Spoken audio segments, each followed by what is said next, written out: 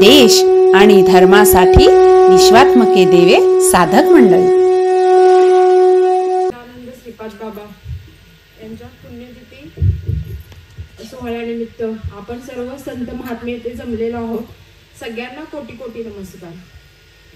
सद्गुरू म्हणजे सृष्टीची रचना आहे। परम भाग्याचे आपण आहोत म्हणून आपल्याला सच्चिदानंद सद्गुरू श्रीपाद बाबा भेटले। जेव्हा आपला जन्म होतो तेव्हा आपल्या जीवनाचं ध्येय काय असतं किंवा उद्दिष्ट काय असतं की शून्य असतं, कारण तेव्हा पाळण्यातच असतो ना, काय कळतं काय समजत नाही। किंवा आई वडील नंतर ना अनेक नातेवाईक जोडले जातात आपल्याला, आई वडील भाऊ बहीण, पण ते काय सांगतात आपल्याला की तू फक्त तुझं बघ, तुझ्या घरचाच विचार कर, घराच्या बाहेरचा विचार आपल्याला करू देत नाही। पण जेव्हा आपलं काहीतरी पुण्य असतं, अनंत जन्माचं पुण्य असतं, तेव्हा आपल्याला सद्गुरूंची भेट होते। आणि जेव्हा सद्गुरूंची भेट होते तेव्हा सद्गुरू आपल्याला काय सांगतात की तू कोण आहेस ह्याची ओळख पहिल्यांदा करून देतात।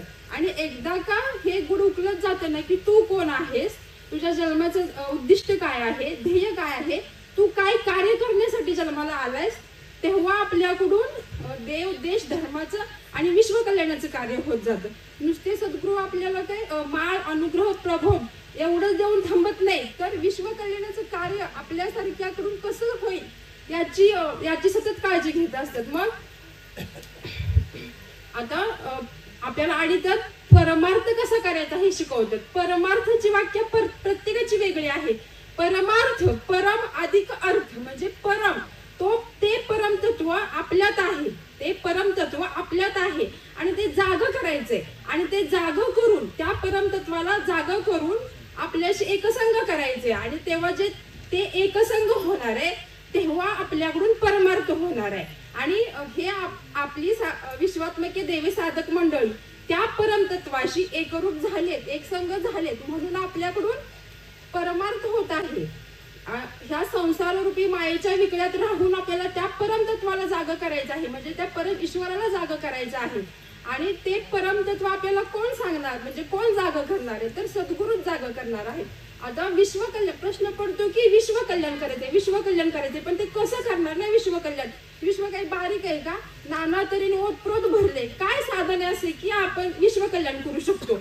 मग बाबांनी आपल्याला विश्व कल्याणाची साधनं सांगितलीत की वृक्ष संवर्धन आणि गो संवर्धन आणि वैष्णव मेळावे। आणि हे कोण सांगणार आहेत आपल्याला? ते परब्रह्म स्वरूप, ते परब्रह्म स्वरूप आपल्याकडून रायजादव बाबा आणि माई यांच्या मार्गदर्शनाखाली आपल्याकडून ते विश्व कल्याणाचं कार्य करून घेत आहेत। आपण सांगितलं तर कोण करणार आहे का नाही? त्यासाठी जगी आईसा बाप व्हावा, सकाळी कीर्तनात झालं ते। आणि मग एक ह्या कड्या साखळ्या तयार केल्यात, एक वैष्णव मेळाव्याची साखळी आहे, एक वृक्ष संवर्धनाची साखळी आहे आणि एक गो संवर्धनाची साखळी आहे। वृक्ष संवर्धन पांडवकडा यमाई माळ म्हणजे जिकडे जिकडे आपले साधक पसरलेत तिकडे सगळी एक कडी तयार झाली। वैष्णव मेळावे आता हे महाशिवरात्री किंवा आवी इकडे तिकडे मोठे मोठे वैष्णव मेळावे होतात। आणि पांडव कड्यावरती तर रविवारी किंवा इतर ठिकाणी पण रविवारी प्रत्येक साधकाच्या घरी एकादशीला आपण सत्संग घेतोय। आणि गो संवर्धन आता ही चिखलीची गोशाळा आहे, रागिणी त्यांची गोशाळा आहे, सुरलीला ऋषिकेश गुरुवे त्यांची गोशाळा आहे, आणि आता मसाळवाडीला होणार आहे। आणि प्रत्येकाने ज्या वैयक्तिक गायी पाळलेत, म्हणजे ज्यांना ज्यांना बाबांच्या विचारांचं हॅमरिंग झाले की बाबा नाही बाबांची काहीतरी तळमळ आहे, त्यासाठी मला काहीतरी केलं पाहिजे, म्हणून त्यांनी ज्या गायी पाळलेत म्हणजे ते सर्व आता एक कडी वृक्ष संवर्धनाची, एक वैष्णव मेळाव्याची आणि एक गो संवर्धनाची, ह्या ज्या कड्या आहेत ना ह्याच एक दिवस आपल्या भारत देशाचं आणि हिंदू धर्माचं संरक्षण करणार आहेत। पुढे जाऊन पण करत आहेत आणि भविष्यात पण करत राहणार आहेत। आता गायींविषयी थोडेसे बोलले की आपल्याला गोमाता म्हणजे असं वरदान दिलंय की हे आजपर्यंत कोणी सांगितलंच नाही आपल्याला की म्हणजे गाय म्हणजे काय, गोमाता म्हणजे काय। एक गाय म्हणूनच लहानपणापासून बघत होतो, पण तिचं महत्व काय हे कोण सांगत होतं का आपल्याला? म्हणजे सद्गुरूच एक तत्व असं की तेच सांगत होते आपल्याला। आता इंग्रजांनी आपल्यावर एक थोपवले, म्हणजे आपल्यात पहिलं कसं होतं की पहिली म्हणजे पहिल्यांदा जी भाकरी करतो ना ती गायींना द्यायची, पण इंग्रजांनी काय केलं की आपल्यातली जी लोक होती म्हणजे गायी सांभाळणार किंवा गोशाळा त्यांना सगळ्यांना बोलवलं आणि सांगितलं की तुम्ही असं नाही सांगायचं की पहिल्यांदा रोटी गायीला चारा, असं सांगा की पहिली रोटी गायीला घाला, पहिल्यांदा आणि पहिली त्यात किती फरक आहे बघा. पहिली रोटी म्हणजे आपण स्वयंपाक करतो आपल्याला माहितीये, पहिली चपाती भाकरी चांगली होते का, एकतर तवा कच्चा, तवा भाजत नाही किंवा म्हणजे तापला नसतो, कशी तरी होते चपाती. पण मग ती गोमाता जर 33 कोटी देवतांची आहे तर मग तिला ते कच्च घालून चालणार आहे का आपल्याला. मग हेच त्यांनी इंग्रजांनी थोपवलं आपल्यावरती की पहिली रोटी गायला द्या, पहिली रोटी गायला द्या. पण तसं नाही हो, पहिली रोटी नाही द्यायची आपल्याला, पहिल्यांदा तिला घाला. जेव्हा तुम्ही स्वतः खायच्या अगोदर पहिल्यांदा तिला घाला, कारण ती भारतीय संस्कृतीचा आत्मा आहे, प्राण आहे, ती सनातन संस्कृतीचा आत्मा आहे ती. आणि तिची अशी अवहेलना त्या लोकांनी केली आणि आपल्यावर तितकं थोपवलंय ना ती. असं आता पेंडीचं पोत आणायला गेलं तर तिचा जर्शीचा फोटो आहे, गोचडे साबण आणायला गेला ना तर तिच्यावरती त्या म्हणजे तिचाच फोटो आहे जर्शीचा. आपल्या देशी गोमातेचा फोटोच नाही त्याच्यावरती. मी मेडिकल म्हणलं अरे हा साबण नाहीये, म्हणजे दुसरा दे, नाही म्हणला ताई हाच साबण येतो. पेंडीच्या पोत्या, आता आपण सगळे म्हणजे कुणाकडे म्हशी आहेत काय आहेत, पण पेंडीच्या पोत्यावरती बघा तुम्ही विचार करा कसले ते चित्र असते. तुम्ही विचार केलाय कधी? जर्शीच ते सगळं छापलेलं असतं असं काळे बिळे डागवालं. म्हणजे आपले कुठे गेले एवढ्या जाती कुठे गेल्या? खिलार आहे, थारपारकर आहे, गीर आहे, किती जाती गेल्या, कुठे गेल्या ते. आणि आता आपल्या रोजच्याच ह्याच्यातलं उदाहरण घ्या, एखाद्याचा मृत्यू होतो घरात, मग ते ज्यांच्याकडे जर्शी गाय आहेत ते लोक सुद्धा आपल्याकडे का मागायला येतात की तुमच्या गायचं शेण द्या, गोमूत्र द्या. का बरं मागायला येतात? तुमची हाय ना जर्शी, घ्या ना मग तिचं. जर तुम्ही पशु मानताय ना आमच्या गाईला, मग तुम्ही तिचं घ्या ना शेण आणि गोमूत्र. लिंबाची झाडं पण तुम्ही कट केलेत आता, मग ते कशासाठी तुम्हाला पाहिजे आता? म्हणजे जेव्हा आपण स्मशानातलं तिसरा किंवा सावरून येतो तेव्हा आपल्याला आत प्रवेश करतात का? मड्याबरोबरच आपली पण लेवल असते. आपण जेव्हा स्मशानात जातो अग्नीला किंवा सावडायला, जेव्हा आपल्या पायावरती गोमूत्र, शेण आणि लिंबाचा ढाळ हे करत नाहीत ना तोपर्यंत आपल्याला आत एंट्री नसते. तुम्ही म्हणजे हे प्रत्येकाने अनुभवलंय, गेलेत लोक ही सगळी ह्यातून. विचार केलाय का ह्याचा कधी की हे कशासाठी आहे? म्हणजे शेण, गोमूत्र आणि लिंबाचा ढाळ कशासाठी आहे? का तर स्मशानातले निगेटिव्ह एनर्जी किंवा नकारात्मक ऊर्जा आणि जे जीव जंतू राखीतील काय असतील ते आपल्या बरोबर आपल्या घरात येऊ नयेत. आपली जर काही लहान मुलं बाळ असतील त्यांना काही इन्फेक्शन होऊ नये, शिवाय आपल्याला पण इजा होऊ नये म्हणून ते आपल्या पायावरती शिंपडतात, अंगावरती, मगच आपल्याला घरात घेतात. म्हणजे इतकं आपल्याला ती गोमाता पवित्र करते प्रत्येक गोष्टीसाठी. मग ती पशु कशी असू शकेल? मग जर्शीसाठी हट्ट का? मग तुम्ही देशी पाळा ना, देशी गोमाता पाळा ना. लाख रुपयाच्या तुम्ही जर्मनच्या हॉलिस्टन जर्शी घेऊन येत आहे, मग तुम्ही 40-45 हजाराची देशी गोमाता का नाही पाळू शकत? तिचं पण भरपूर लिटर दूध येते की काय येत नाही? आता जे पहिल्यांदा मला विरोध केला त्या बाबांनी की तू कशासाठी ती खिलार आणले, ती तुझ्यासाठी फक्त शेण आणि गोमूत्र म्हणजे स्मशानात नेण्यासाठीच तुझ्या कामी येणार आहे, तू माझ्याकडची जर्शी नाही, अशीच नाही, फुकट नाही, पैसे पण देऊ नको, पण नको म्हटलं. आणि आता मी जेव्हा गोकुळाष्टमीला रागिनी त्यांच्याकडून ती गीर आणले, वृंदा नाव आहे तिचं, मग 8 दिवसांनी मला फोन केला की तू तिला आणली? म्हणलं हो. म्हणलं का? तर म्हणले की बरं झालं तिला आणले, तिची चांगली काळजी घे, तिला खायला नसलं तर माझ्याकडून घे, रान नसलं घे. म्हणलं मला काही गरज नाही, भरपूर आहे. म्हणजे त्यांच्या पुरतं मी त्यांना म्हणजे सांभाळीन असं भरपूर आहे. म्हणजे हा बदल कोणी केला त्यांच्यात? म्हणजे मी केला असं नाही म्हणत.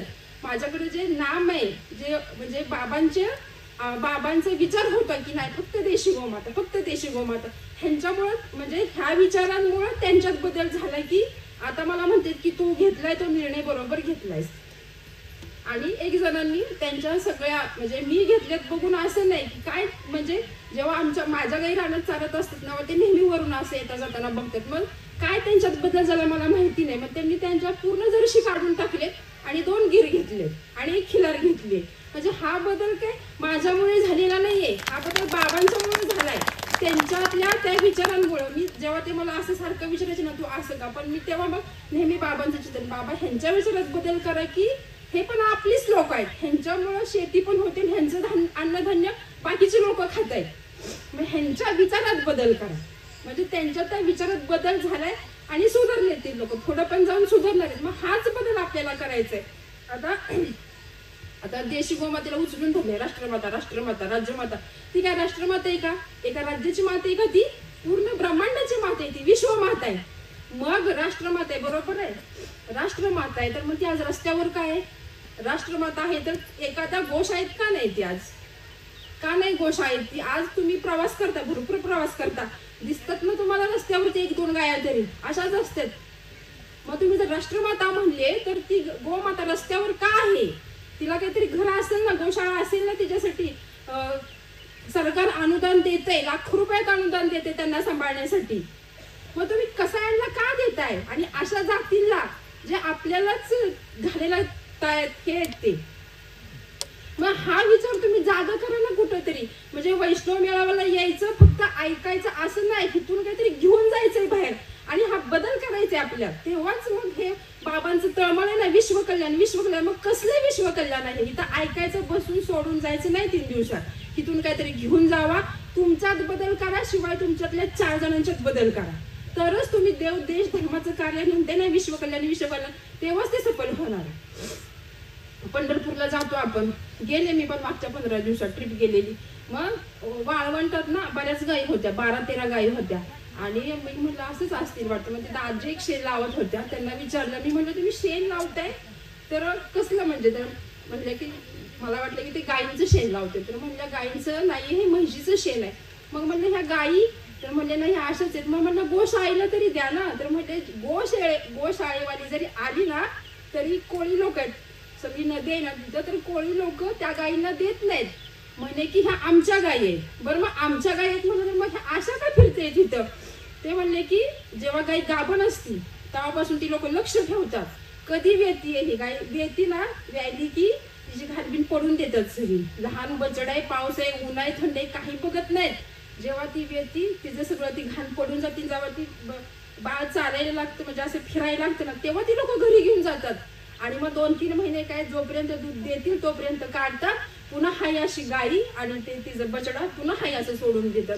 म्हणजे किती किळसवाना प्रकार आहे हा, तुम्ही सांगा. मग त्यांना म्हणलं तुम्ही ऍक्शन का घेत नाही? तर म्हणले हे लोक आमचे ऐकत नाहीत काय. म्हणले ते आमची मालकीचे, आमची प्रॉपर्टी असं समजतात ती लोक. म्हणजे हे चुकी कोणाची आहे? आपलीच आहे ना, आपलीच लोक आहेत तिचं, दुसरे कोण आहेत का? म्हणून गोमाता आहे ना, मग जर राष्ट्रमाता आहे ती विश्वमाता आहे. व्यास मुनींनी महाभारत लिहिले, पण ते शब्दबद्ध श्री गणेशांनी केले. ते काय म्हणतात की मातरः सर्व भूतानां गावः. म्हणजे गोमाता ही विश्वमाता आहे, संपूर्ण जगाची माता आहे. आणि जो कोणी तिला मुलगा म्हणून शरण जाईल ना, तर ती सर्वांना सुख प्रदान करणार आहे. आणि जो कोणी मनोभावे तिची सेवा करणार आहे ना, तर ती सर्व सुख, म्हणजे जे ब्रह्मांडाचं सुख आहे, जे सद्गुरूंचं सुख आहे, जे ज्ञान आहे, ती त्याला देणार. आणि आता एक अजून साधारण उदाहरण घेऊया. दृष्टांत विचारता नाही का? म्हणला दृष्टांत दिले की पटकन कळतं. आपण लग्नात जातो एखाद्याच्या, नाही का?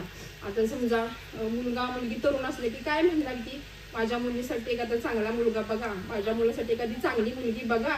म्हणजे का म्हणतोस एखादी सुसंस्कृत मुलगी बघा किंवा चांगला? का तर पुढे जाऊन जे काही मूल तयार होणार आहे त्याची पिढी चांगली होणार आहे आणि पुढे ती जाऊन काय पण होणार आहे, डॉक्टर, इंजिनियर, शिक्षक काय पण होऊ शकते. मग तिथं आपण तुमचा वंश वाढावा म्हणून तो प्रयत्न करतोय आतापासूनच. माझी मुलगी बघा, मला मुलगा बघा, म्हणजे मला सून चांगली, माझे जावई चांगला, म्हणजे तुमचा वंश वाढावा म्हणून तुम्ही तो प्रयत्न करताय. आपण प्रतिज्ञा काय करतो की भारत माझा देश आहे. भारत जर तुमचा देश आहे ना, मग हा विचार का मनात येत नाही की जर माझ्या भारताचा देशी गोवंश वाढावा म्हणून मी एक तरी देशी गोमाता पाळावी. मग असं का जर्शी का पाळताय? मग जर्शीसाठी कुठनं एवढं तुमची संपत्ती येते, एवढा पैसा? तिला किती खायला लागते, किती पाणी लागते, किती स्वच्छ ठेवायला लागते तिला? म्हणजे हा विचार कुठेतरी जागा झाला पाहिजे ना, की जर्शीचा विचार लोप पावला पाहिजे कुठेतरी. म्हणजे जेव्हा आपल्या घरात देशी गोमाता येणार आहे ना, तेव्हाच आपल्याला सद्गुरूंचं कार्य काय ते समजणार आहे, सद्गुरूंची तळमळ काय ते समजणार. आणि गोमाता, आता गोकुळ, आता आपण हे कुंडलिक वरदा म्हणतो आणि शेवटला काय म्हणतो की गोपाल कृष्ण भगवान की जय. का गोपाल कृष्ण भगवान म्हणतोय? का म्हणतोय त्याला गोपाळ? कारण त्यांनी गायी पाळलेत ना, गोधन सांभाळलेत त्यांनी. का बरं? त्यांना काहीतरी हे पुढचं असे कलियुग माहिती असणार आहे ना, की बाबा पुढे जाऊन हे असं काहीतरी घडणार आहे, ह्या देशी गोमातेवरती संकट येणार आहेत, म्हणून तेव्हा त्यांनी गायी सांभाळले, तेव्हा गायी सांभाळल्या, तेव्हा लीला केल्या. म्हणून आता ते आपल्याला समजते की देवाने साक्षात त्या प्रभूने गायी सांभाळल्यात. मग आपण कोण आहे? आपण आपलं पण काम आहे ना गायी सांभाळायचं, तिच्यासाठी लढायचं. तिला कसायच्या तावडीतून वाचवायचं. पण आता आपण 1-2 हजार रुपयांसाठी आपल्या गायी देऊन टाकतोय. म्हणजे फक्त तुम्ही दूध देत नाही म्हणून तुम्ही गायी काय विकताय? दुधापेक्षा तिच्या शेणात आणि गोमूत्रात भरपूर फायदा आहे. म्हणजे मी जेव्हा शेण गोळा करते ना तेव्हा मला वेगवेगळा आनंद होतो. मी तो शब्दात सांगूच शकत नाही. म्हणजे मला तो काय आनंद होतो ते, म्हणजे इतकं ते बाबांनी भरवलंय ना की गोमातेचं इतका आनंद होतो की मला भरपूर दिवसभर काम असतं पण थकवा किंवा काय अजिबात येत नाही. मला सतत म्हणजे एक आनंद होत असतो. कसला आनंद होतो मला काही माहिती नाही, पण सतत एक आनंदाची लहर आजूबाजूला माझ्या अशी नेहमी सकारात्मक ऊर्जा आजूबाजूला असते. का असते कसली असते माहिती नाही पण असते. पण मग तुम्हाला बाबांनी सांगितलं तुम्हाला गो संवर्धन गो सेवा करायची, पण आता गो संवर्धनाकडे वळायचे आपल्याला. जसे की ते सिडकोचं आता सांगितलं तुम्ही वृक्ष संवर्धनाकडे वळताय ना, आता तुम्ही गो संवर्धनाकडे वळा. आता तिथल्या गायी सुरक्षित आहेत, आपल्या गायी सुरक्षित आहेत, पण ज्या रस्त्यावरच्या गायी आहेत त्यांचं काय? तिथं पण आपलं कर्तव्य आहे की तिला वाचवायचं. त्याच्यासाठी पण आपले प्रयत्न आहेत ना, काहीतरी केले पाहिजेत.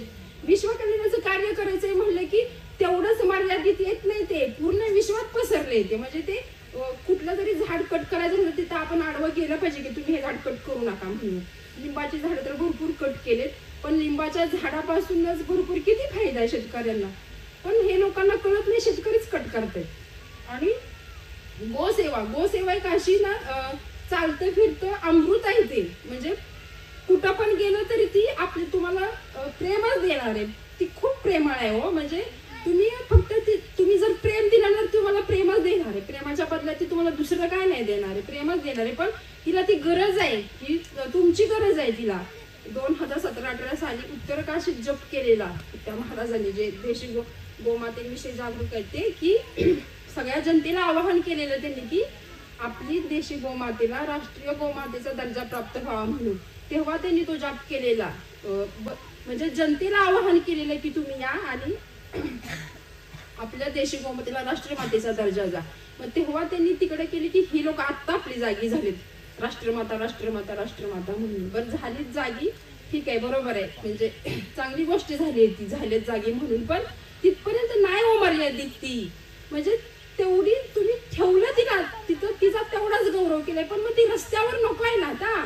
ती कुठल्या तरी गोशाळेत द्या किंवा तिचं काहीतरी करा तुम्ही, नाही का असं. गोमातेविषयी आणि तिचं दूध किंवा तुपाचा सुप्रिया त्यांनी बरंच सांगितलंय तिच्याविषयी. म्हणजे तुम्ही आता प्रोडक्ट हे करताय सगळं, पण तिला वाचवण्याची गरज आहे भरपूर. आणि त्यासाठी बाबांनी आपल्याला हे गो संवर्धनाचं कार्य सोपवलंय. म्हणजे जे गायी पाळतात किंवा ज्यांना अजून एक उदाहरण म्हणजे आपण घर बांधतो, मग कसं एक किचन, एक बेडरूम, एक देवघर, हे अंगण, हे माझं टेरेस, हे संडास, हे बाथरूम, अंगण. मग हा विचार का नाही हो मनात की माझ्या गायीसाठी पण एखादं तिथे शेड झालं पाहिजे. किती जागा लागणार आहे हो तिला? एक खाटपुरती बस झाली की. पण तो विचार नाही आपल्या मनात येत कधी की मी जर एवढं मोठं घर बांधणार आहे तर माझ्या घरात जर देशी गाई पाहिजे असेल तर मला तिच्यासाठी थोडीशी जागा सोडायला पाहिजे. पण ती पहिली तिच्यासाठी पहिलं तिच्या म्हणजे नाहीच आहे, तो विचारच नाही माणसांच्यात. हाय ना देशी गाई करतात ना, जे करतात त्यांनाच लागला. त्यांना माहिती असते की गोसेवा हे लोक एवढे कष्ट करतात.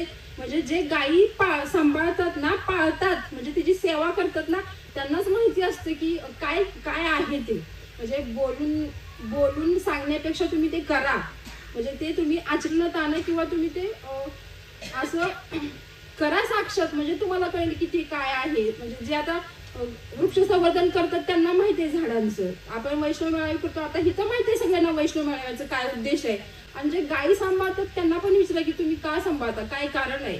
म्हणजे का म्हणून आता मगाशी म्हणले होते आम्ही काय म्हणजे तरुण पिढींनी झाडच करायची का, नोकऱ्या करायच्या नाहीत का. पण ते सुरलीचा मुलगा आहे, तो किती 25-30 वर्षाचा असेल, मग त्याची गोशाळा तो सांभाळतो ना. म्हणजे तुम्ही ते करून बाकीचं पण उद्योग करू शकता की. किती वेळ द्यायचा आहे, थोडा वेळ इकडे द्यायचा, थोडा वेळ इकडे द्यायचा, भरपूर वेळ आहे की आपल्याला. दिवसाचे 12 तास आहेत आपल्याकडे. त्यातलं जर नियोजन केलं ना, नियोजनबद्ध राहिलो तर सगळं होतंय. आणि जर नाहीच काय, झोपलेल्याला जाग करता येतं, पण न झोपता झोपेचं सोडून घेतो ना, त्याला जागा कोण करणार? त्याला कोणी जागो करू शकत नाही. पण बाबांनी एवढं आपल्यात हे रुजवलंय ना, गोसेवा, वृक्ष संवर्धन, वैष्णव मेळावे, बाबांच्या विचारांवरती जर आरूढ राहिला, तुम्ही दृढ निश्चय केला, दृढ विश्वास ठेवला, तर ह्या गोष्टी अशक्य नाहीत, शक्य. एकच मिनिट. स्वराज्य मिळवणं अवघड होतं पण अशक्य नव्हतं. जर म्हणजे अवघड होतच की एवढ्या सगळ्यांच्या तावडीतून काढायचं, पण अशक्य होतं का? नव्हतं. पण म्हणून हे सगळं विश्वकल्याणाचं कार्य करायचं अवघड आहे पण अशक्य नाहीये, ते शक्य आहे. जर सगळ्यांनी मिळून केलं ना तर ते शक्यच होणार. जय हिंद.